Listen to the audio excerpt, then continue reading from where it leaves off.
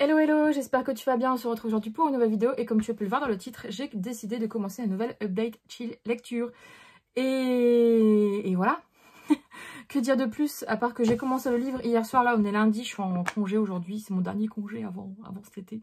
Enfin non, pas mon dernier congé, mais mon dernier lundi de congé avant cet été, après j'ai pris un petit week-end de l'Ascension, mais bref. Mais j'ai commencé un petit livre hier soir et je me suis dit... Bon, il faut que je commence l'update parce que sinon je vais le bouffer. C'est vrai que je mets... que j'ai lu quand même une centaine de pages. Enfin, 100 pages. 97 pages pour être plus précise. Depuis hier soir. Donc bon, ça va. J'ai un petit rythme, sachant que je fais pas que lire. Donc ça va. Mais du coup, je vais te parler dans la première partie de cette update de la reine... Ça commence bien. De la reine sans royaume. La reine sans royaume. Non, ça c'est Holly Black. Oula, ça va plus. De la reine des ombres, pardon, de Tricia Levenseller chez Hugo, du coup, Stardust, hein, leur collection Young Adult. Voilà, je le sors enfin de ma palle parce que tout le monde en parle. De toute façon, on en a parlé il n'y a pas longtemps quand il est sorti. Je me suis dit, bon, allez, tu vas te le lire. De toute façon, c'est un one-shot, donc ça va aller vite. Et tu vas voir ce que t'en penses parce que j'ai vu des avis ultra mitigés, des avis super bons. Moi, il me tentait beaucoup en VO déjà de base. Mais il faut que je lise pour comprendre vraiment. Donc là, j'en suis au chapitre 8, page 97. Donc quand je dis que je lis pas mal, ce qui est cool, c'est que les chapitres sont courts. Hein. On a 8 chapitres en 100 pages, donc c'est très agréable à lire. T'as un rythme qui est à apprendre et qui est vraiment sympa. Le seul truc, la bémol que j'ai pour l'instant à te donner, je vais peut-être te faire le résumé quand même. On va suivre Alessandra, qui est une jeune fille qui vit avec son père, qui est une noble. Et son père a toujours poussé sa sœur aînée dans les bals, dans les événements mondains, parce que sa sœur est très belle par rapport à Alessandra. Et donc du coup, il fallait qu'elle trouve un bon parti pour se marier et récupérer du coup la dot, etc. Enfin bref, tu vois le délire, quoi. Un côté très royauté, etc. Et donc Alessandra, elle, par contre, est une jeune femme qui n'est pas forcément spécialement belle, entre guillemets. Elle l'est, mais elle n'a rien de spécial, entre guillemets, qui se dégage, soi-disant. Et en fait, Alessandra, elle est, comment dire, je peux pas dire particulière, mais si, elle est quand même particulière dans le sens où elle a un caractère assez particulier. Tu le découvriras parce qu'ils le disent pas dans le résumé, je vais pas te spoil. Mais dès le début, je me suis dit, c'est quoi ce truc? Enfin, ce truc, non, mais c'est quoi ce trait de caractère Et donc, Alessandra, en fait, est assez frustrée, entre guillemets, de ne pas être aussi mise en avant que sa sœur. Et du coup, elle décide de courtiser le roi des ombres. Le roi des ombres, en fait, c'est le souverain du royaume qui est à la recherche de sa compagne. Et sa sœur, elle a été présentée la semaine précédente devant le roi, et le roi, il n'a rien à foutre. Donc, elle s'est dit, en fait, il cherche pas forcément la beauté. Et donc, elle a un plan pour le faire succomber, pour qu'elle se marie avec, et pour qu'elle puisse le zigouiller derrière pour récupérer tout ce qui lui appartient. Voilà. Et je t'en dis pas plus. Voilà. Je pense que non, je t'en dis pas plus. Donc, voilà. Concrètement, c'est tout un programme bien sympathique. Sincèrement, là, déjà j'ai eu peur, je l'ai mis sur Insta, j'ai fait une photo, mais enfin ça m'a fait peur. Entre guillemets, je me suis dit, c'est plus mon âge et j'espère que ça va pas être ce type de lecture où tu as une citation de Damon Salvatore et dans The Vampire Diaries, dans la saison 1, épisode 4. C'est cool de ne pas vieillir, l'éternel beau gosse, et j'adore. J'ai vu ça, je me suis dit, pourquoi elle a mis une citation comme ça au début? Franchement, moi j'ai passé l'âge de Vampire Diaries en fait, voilà. Donc c'était une bonne période de mon adolescence, mais bon voilà. Donc je me suis dit, ça va te... On verra bien. Et là, concrètement, il y a des choses que je lis que j'aime beaucoup, il y a des choses que je lis que je n'aime pas du tout. Enfin, en fait, des choses que je ne lis pas. D'où là le souci, c'est qu'il y a très peu de descriptions sur les repères spatio-temporels, sur où on se trouve, dans quel royaume on se trouve, sur le décor entre guillemets en tant que tel, hein, sur les repères spatio-temporels en fait de Alessandra et même des autres personnages. Sincèrement, on rentre dans le tas mais direct, on n'a pas le temps d'apprécier Alessandra parce qu'il se passe un truc dès le début et tu te dis putain, mais ouais, enfin on aurait peut-être pu être plus soft ou être moins rentre dedans. Après c'est peut-être le style de l'auteur et voilà, je veux pas lui jeter la pierre. Mais concrètement, ouais, je me suis dit... Bon, donc du coup j'avance bien, sincèrement. Ce qui est intéressant, c'est que ça te rend curieux quand même de savoir comment ça va évoluer tout ça. Il y a des choses sympas, il y a un petit côté fantasy pour l'instant, enfin fantasy oui, avec le roi des ombres hein, justement, qui est entouré d'ombres, etc. Ça me fait penser à un truc, j'ai déjà vu ça. En fait, ça me fait penser aux démons qui sont contaminés, là, enfin pas aux démons, mais aux animaux dieux, là, qui sont contaminés dans Princess Mononoke. Mais ça me fait penser aussi à autre chose. Ouais, ça me fait penser à eux, en fait. Où au final, il y a des ombres tout autour de lui, qui sont indépendantes de lui, enfin qui sont dépendantes de lui, etc.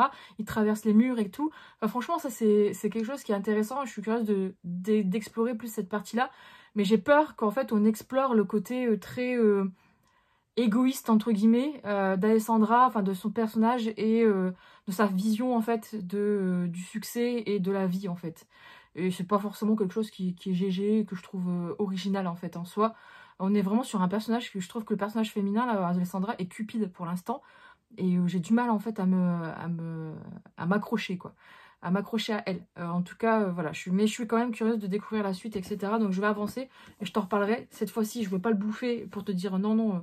Je pense que je t'en parlerai quand je serai arrivée à la moitié. Mais ouais, on est sur quelque chose de particulier quand même. Et moi, ce que je déplore quand même, c'est vraiment le fait qu'il n'y ait pas de repères, etc. Enfin, il n'y a pas beaucoup de descriptions, en fait. À part quelques robes, etc. Mais tout le reste, t'as l'impression... En fait, j'ai l'impression de lire un livre-série. C'est-à-dire que tout est décrit comme dans une série où tu suis le personnage. En plus, c'est de son point de vue interne. Donc ça, je pensais que ça allait être bien et tout. Mais tu suis le personnage de son point de vue interne. Et ouais, c'est plus un livre-série. Je sais pas comment expliquer ça, mais pas beaucoup de descriptions. Tu suis des actions. Voilà.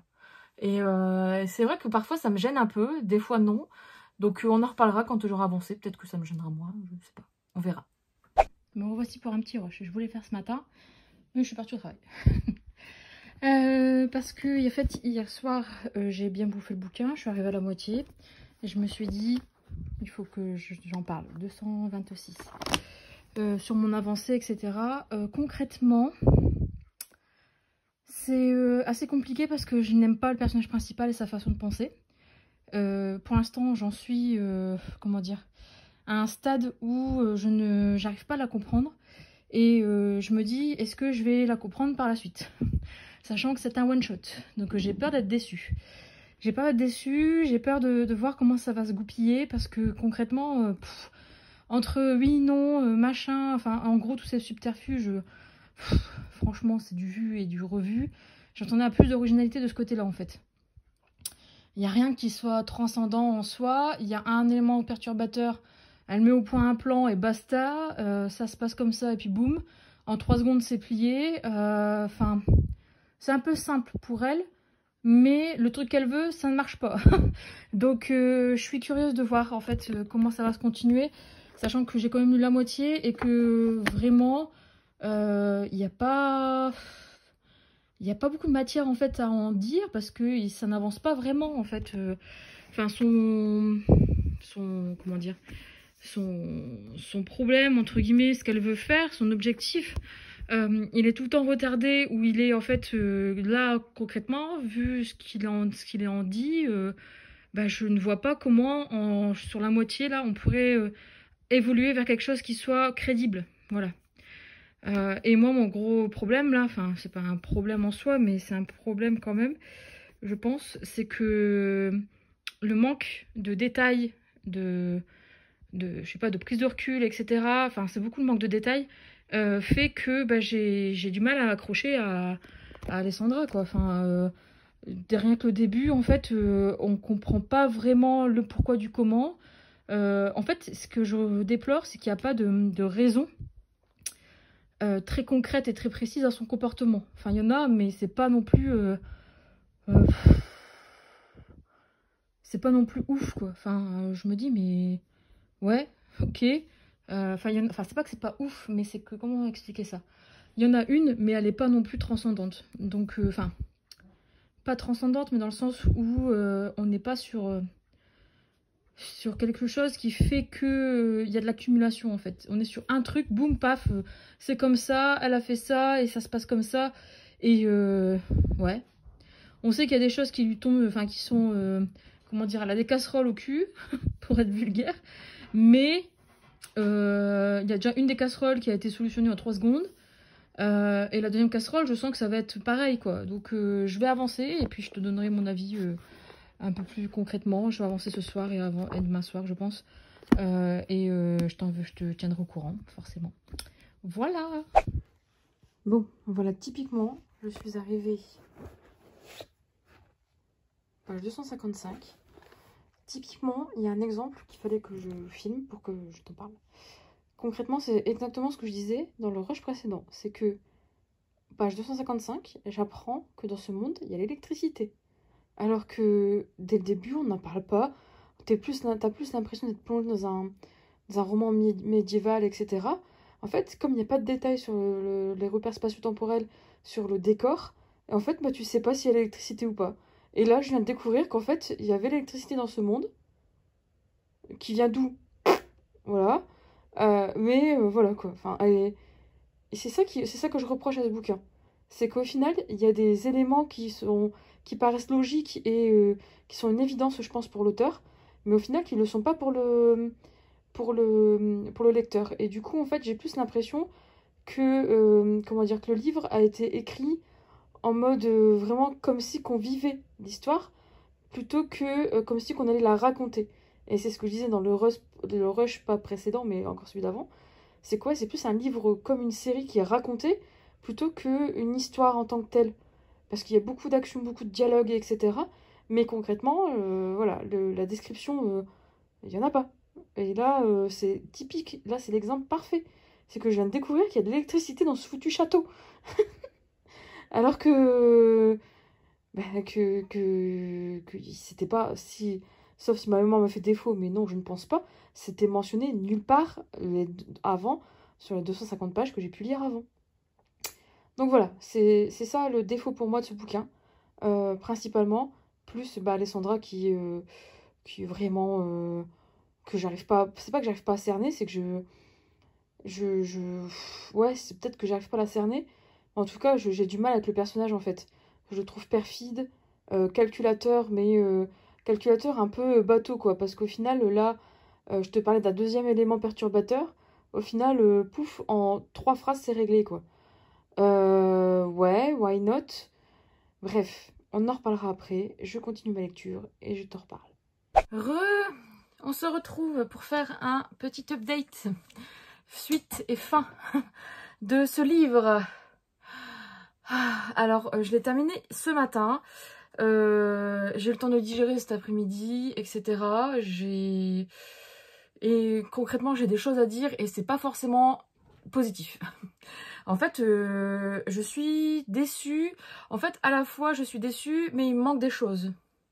Je sais pas comment expliquer ça. Enfin si, je vais l'expliquer tout simplement, c'est que comme je disais dans le rush précédent, c'est que j'ai l'impression de lire un livre-série, c'est-à-dire que on suit un personnage d'un point de vue principal, point de vue interne, principal. Elle fait tout ce qu'il y a à faire, etc., tout ce qu'elle doit faire et autres. Et en fait, on n'a pas du tout de détails sur son environnement, enfin on en a très peu, et l'univers est pas forcément bien détaillé pour moi.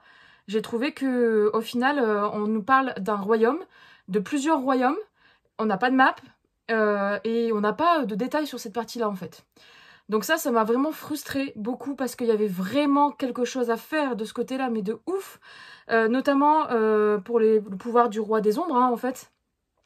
Où là je me suis dit, mais putain, mais il y a des choses, mais c'est pas abouti pour moi. Voilà. Il y a des choses dans ses pouvoirs, dans sa façon de les gérer, etc. Enfin, c'est intéressant. Mais c'est 3 lignes quoi à chaque fois. Chaque truc, chaque élément déterminant pour l'intrigue, pour l'histoire, etc., pour l'évolution du couple et autres, la solution se faisait en 3 lignes. Et ce que j'ai beaucoup reproché au livre, au final, quand je prends du recul, c'est que chaque situation, chaque point perturbateur qui viennent embêter Alessandra dans son plan, entre guillemets, en fait, c'est ah bah si, il m'a fait ça, puis c'est oui, ok. C'est ok, d'accord. Et il n'y a aucune représailles pour elle, pardon. Et ça m'a flingué, en fait. Ça m'a flingué parce que toi, on te présente des éléments perturbateurs, il y en a 2, 3, voire même 4. Et au final, ça se solutionne en grand max un paragraphe, quoi. Des échanges avec des personnages, je dis pas quoi et qu'est-ce et qui, et basta. Et en fait, et la fin, elle m'a flinguée, en fait, ça a été l'anéantissement total, c'est que la fin, il a fallu avoir qui est un cliché, en fait, hein, mais ça s'est passé, franchement, en 150 pages, la fin, elle est complètement, mais... pour moi, déjà, la fin, l'épilogue, il n'y en a pas, donc c'est bâclé pour moi. Franchement, la dernière phrase du livre, mais c'est vraiment cliché, c'est bâclé. Et la fin, en fait, c'est creux. Voilà. Le souci, c'est que j'ai pas du tout adhéré à la façon d'être d'Alessandra parce que, justement, le manque de détails, le manque pour comprendre vraiment si elle était pas légitime, en fait, dans les actes qu'elle avait pu faire par le passé et dans les actes enfin, l'acte qu'elle voulait... Enfin, il n'y avait pas de légitimité parce on n'avait pas d'explication concrète à part juste une volonté de conquérir un trône. Oui, ben en fait, ok quoi. Et après, bon, je peux comprendre que ça peut plaire, etc. Mais vraiment, moi, maintenant j'ai l'habitude entre guillemets, ou je suis peut-être parce que je suis plus exigeante. Mais concrètement, en fait, s'il y avait un potentiel d'univers fantasy avec un roi avec des pouvoirs, etc. Et j'ai eu l'impression qu'on a voulu faire un one shot et que on l'a raconté en mode série télé, c'est-à-dire vraiment pas détaillé. On suit vraiment un personnage dans ce qui se passe et dans la description de son quotidien, mais pas plus, quoi. Et derrière, en fait, ça suit son cours. Les éléments perturbateurs, bah, ça prend... ça fait un mini plot twist à chaque fois, et puis la solution, elle est vite trouvée. Et puis, en fait, j'ai trouvé ça complètement, en fait, très...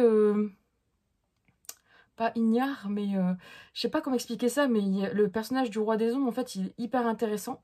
Sauf qu'au final, il devient creux lui aussi, parce qu'il y a de la répétition dans sa façon de penser, etc.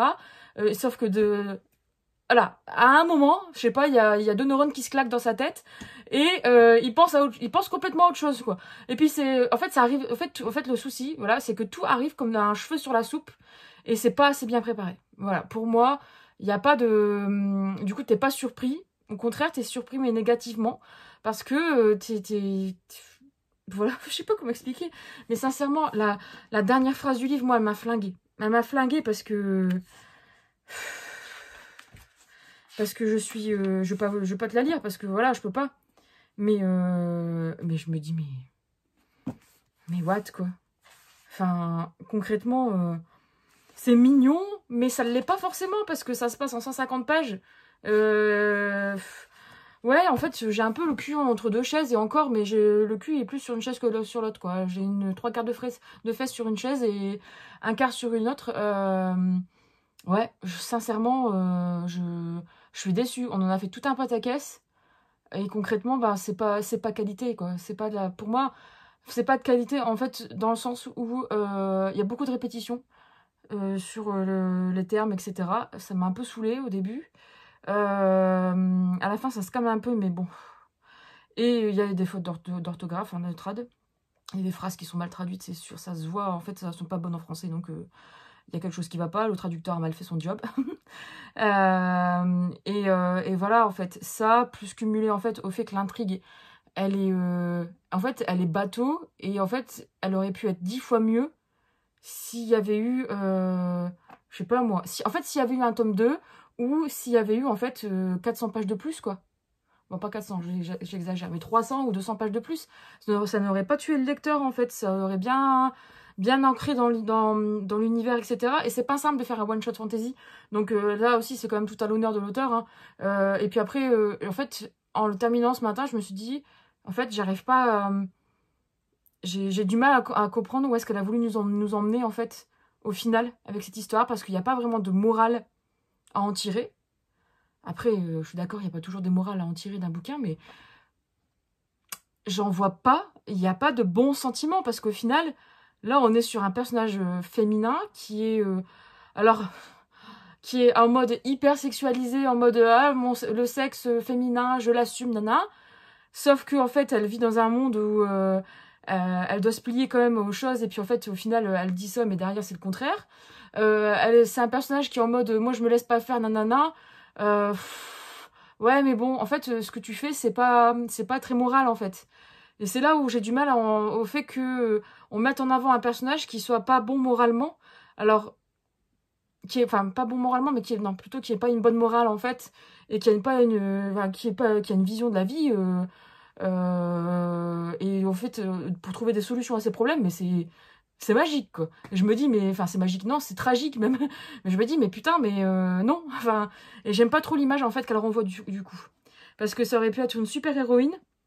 Elle a, comment dire, elle a, j'allais dire Freya, mais non. Hein, elle a fait, en fait, dans Un palais d'épines de rose. Hein. Ça aurait pu être une héroïne badass, etc. Et autres. En plus, le personnage du roi des ombres est vraiment intéressant. Et au final, je trouve pas, quoi. Enfin, là, je suis déçue. Voilà. Tu as mon avis. Ça partait bien au début. Et en fait, ouais, je l'ai lu en 3 jours. Hein. Franchement, je l'ai bouffé parce que ça se lit très vite. Les chapitres sont très courts. Et il y a énormément de dialogues, en fait. Beaucoup de dialogues, très peu de descriptions. Donc, concrètement... Et en fait, j'ai trouvé le personnage principal, ouais, ça va pas. Enfin, pour moi, ça va pas. Ça matche pas. Ça n'a pas matché. Enfin, c'est pas que ça matche pas, mais ça n'a pas matché. Donc bon. Mon premier Stardust, on y repassera. Par contre, j'ai vu qu'en juin, mais je sais pas s'il va décaler ou pas, on a Girl Serpent Thorn, pardon, de Melissa Basardoust. Et ça, je voulais le lire, celui-ci. Je l'ai vu passer beaucoup en VO. Et il m'intéressait beaucoup, donc j'espère que ça va aller. Mais que ça va le faire. Mais ouais, là, celui-ci... Et en fait, je comprends les avis mitigés d'autres personnes que j'ai pu voir. Et je le comprends parfaitement, en fait. Je pense qu'il y a eu, encore une fois, une hype énorme autour d'un bouquin. Une com qui a encore été faite en mode pas agressive, mais voilà. Et du coup, bah, faut prendre du recul, en fait. Et... là, j'ai pris du recul avec cette lecture et concrètement, il me tentait beaucoup. Et je pense je sais pas si en VO il est comme ça, mais en tout cas en français, là, moi en prenant du recul sur l'histoire, sur le personnage, sur le global, sur l'univers, je me dis que c'est du gâchis, entre guillemets, pour moi. Après, c'est mon point de vue et peut-être que l'auteur a voulu faire autre chose et que je l'ai pas compris à travers ma lecture. Hein. Mais pour moi, c'est du gâchis en fait d'avoir créé et pensé à un univers comme ça, où au final, on reste sur un pixel de l'univers. Et enfin, je sais pas, moi je voyais plein de choses avec le roi, là, avec les pouvoirs du roi, etc. Enfin, bref, il y avait quelque chose à faire. Et donc, je suis mi-figue, mi-raisin, quoi, voilà. Du coup, le suivant que je vais lire, je vais pas t'en parler tout de suite parce que je ne l'ai pas encore sélectionné. Je viens de rentrer du travail, là, et du coup, je sais pas, j'ai Le sang et la cendre à lire. Mais du coup, je suis désolée, je reviens des bus parce qu'en fait, en ce moment, il boitille un peu. Il s'est fait une entorse à la patoune et on surveille parce que c'est pas Byzance. Mais bon, là, ça va, il vient de descendre. En fait, il boitille pas, c'est juste qu'il y a un peu mal à sa patoune. Bref, du coup, je ne sais pas là ce que je vais lire tout de suite. J'ai Le sang et la cendre à sortir de ma palle du mois de mai, vu qu'il est dans mon challenge 12 livres, 12 mois. Mais je sais pas si je le commence maintenant parce que la semaine prochaine je vais à Lyon. J'ai pas envie de me le trimballer, sinon je vais le prendre en e-book. Mais j'ai pas envie de le commencer maintenant. Je pense que je le commencerai après. Je vais faire une petite pause et je vais lire autre chose. Parce que là, si je repars dans un univers fantasy tout de suite, enfin de toute façon je sais que je repars dans un univers fantasy parce que j'ai que ça dans ma palle, quasiment. Peut-être que je vais me faire un petit livre sympa là, je vais voir, je sais pas, ça va être mon occupation de la soirée, c'est de regarder ma palle de haut en large, en long, en travers et de voir ce que je vais lire après. Voilà, donc je reviens pour un prochain rush et du coup je te dirai ce que je vais lire. Alors, déjà on n'est pas dans un cadre, dans un bon cadre, j'arrête pas de bouger parce que je suis dans un lit. Je vais te faire cet update, ce rush là maintenant parce que sinon en fait je vais avancer dans la lecture sur les prochains jours et je vais pas t'en parler alors que je t'ai même pas dit ce que je lisais et j'ai avancé en fait hier soir donc voilà. Donc là actuellement tu verras la magnifique décoration, le mur rouge, c'est pas du tout chez moi, hein. Je suis à Lyon et je suis dans un appart city en fait. Et du coup, avant de partir au travail, à l'agence, mon agence qui est à Lyon, je vais te faire un petit update parce que sinon je vais trop avancer. Donc j'ai le livre sur ma Kindle, je l'ai pris sur Kindle au final parce que je voulais prendre en papier, mais un enfer. De toute façon, tu le verras aussi dans les rushs d'après, vu que je serai rentrée sur l'île normalement. Mais, enfin, il y a pas normalement, oui, je vais rentrer sur l'île parce qu'ici il fait une chaleur de gueux. Je n'en peux plus. Il est déjà, il est quelle heure? Il est même pas 7h30. Il fait 20 des brouettes là, j'en peux plus. Je suis en souffrance. Cette nuit, j'ai pas bien dormi. Enfin bref, un bonheur comme d'hab. C'est normal vu que je dors pas chez moi. Enfin bref. Donc je disais, je l'ai pris sur ma Kindle et je suis arrivée à 31% et j'ai commencé le tome 3 de Ivy Wild. Voilà, SOS Fantôme en détresse, le titre du tome 3. Donc c'est vraiment pas mal pour l'instant. Franchement, je suis trop contente de retrouver Ivy et Raphaël. C'est trop bien, enfin c'est toujours du Ivy quoi. Et ce que j'aime beaucoup, c'est qu'il y a une évolution dans son couple, etc. Enfin, il y a des évolutions. Et il y a aussi des évolutions dans sa magie. Et je trouve ça vraiment ouf. Et vraiment bien fait, avec toujours de l'humour. Et c'est frais. Voilà, c'est ce qu'il me faut en ce moment parce que j'ai trop chaud. Et franchement, ça vaut vraiment le coup. Et pour l'instant, j'aime beaucoup ce tome 3. Ça commence bien, ça commence tout de suite en fait, comme d'habitude, comme les tomes précédents. Et du coup, voilà quoi. Du coup, voilà. J'ai l'impression d'avoir un truc à mon œil, mais non. Bref. Désolée pour le bruit de la rue. Je ne pensais pas que... Enfin, c'est très très très bruyant Lyon, je trouve. Enfin, en tout cas, là où je suis... Enfin, je suis obligée de dormir avec des boules de caisse parce que... Et si je veux ouvrir la fenêtre, c'est même pas la peine. Enfin, bref. Donc bref, donc voilà quoi. Là, il doit être 7h30 ou 7h15. Je vais déjeuner vite fait, puis après je vais aller à l'agence. Et voilà.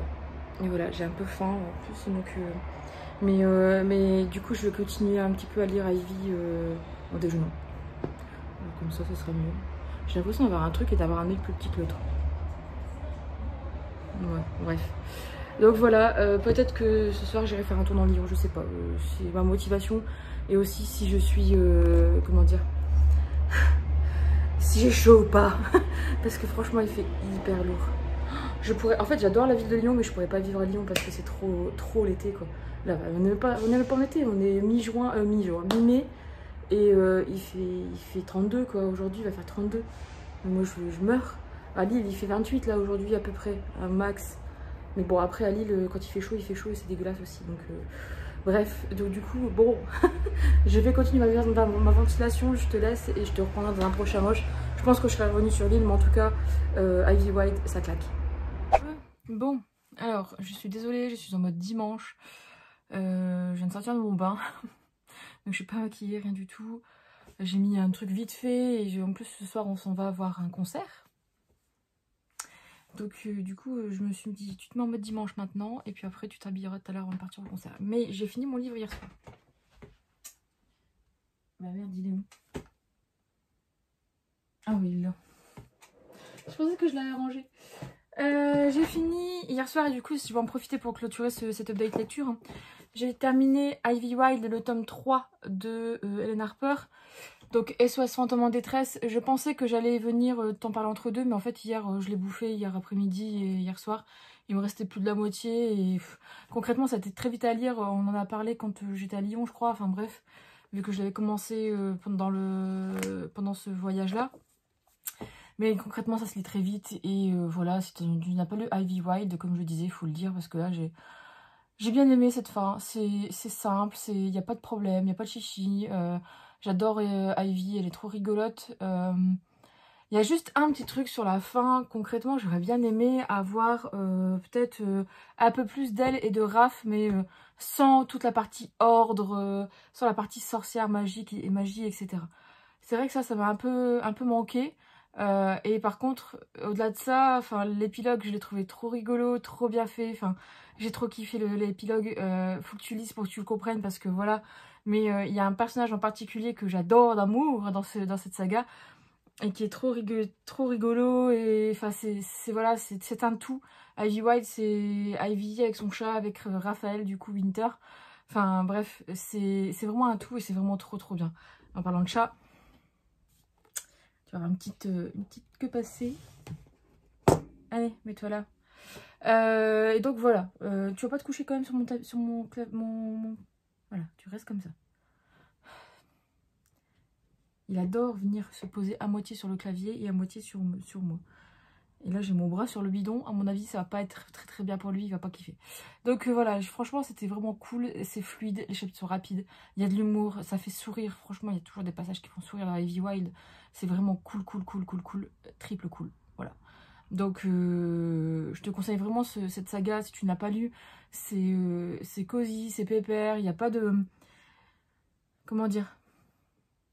Si tu cherches ouais, une bonne urban fantasy, un peu à l'humour un peu potache, enfin pas potache, mais à l'humour très vrai, enfin je sais pas comment expliquer ça. Un peu, Ivy c'est une fainéante, hein, donc du coup il y a beaucoup d'humour autour de tout ça. Puis la relation entre les deux personnages est juste très très bien faite. L'univers est cool, enfin franchement il y a de quoi faire. Il y a de quoi faire et je te conseille vraiment de le lire. Parce que ça vaut vraiment le coup. Moi j'ai kiffé. J'ai encore le hors-série que je garde pour cet hiver parce que ça se passe à Noël. Donc je vais le garder pour le mois de décembre à lire. Mais bon, il fait même pas 150 pages, donc même pas. Je crois qu'il fait même pas 100 pages. J'en suis pas sûre, mais il fait même pas 100 pages, donc bon. Bref, du coup, bah, c'est en caressant mon ébus que je vais te laisser sur ce bon avis de Ivy Wild et de Brutus, parce que Brutus, c'est le chat qui est là. Brutus, voilà. Si tu l'as Ivy Wild, tu comprendras. Mais en tout cas, n'hésite pas à me dire si tu l'as lu, hein, si tu as fini cette saga aussi, si tu l'as aimé, etc. Là, je vais commencer ma prochaine lecture, mais je l'ai toujours pas commencé, mais je l'ai sorti. Ça va être pas mal, j'espère, j'ose l'espérer, normalement oui. Mais il va me prendre du temps, je pense. Parce que en ce moment, je sais pas, avec le beau temps et tout, je suis pas vraiment en mode lecture, quoi. Ça dépend des moments. Enfin bref. Du coup, je vais te laisser. On se dit à très vite pour une prochaine vidéo. Ça sera sans doute un update ou autre chose. Sans doute un live. Bah, tu le verras. Cette vidéo-là, tu la verras après, c'est quasiment certain. Mais je vais essayer les lives Twitch, je vais essayer de les enregistrer pour les mettre sur la chaîne. Mais voilà, bref, tu as encore tout un système. Du coup, je te laisse. Je te dis à bientôt pour une prochaine vidéo. Et puis, bonne lecture.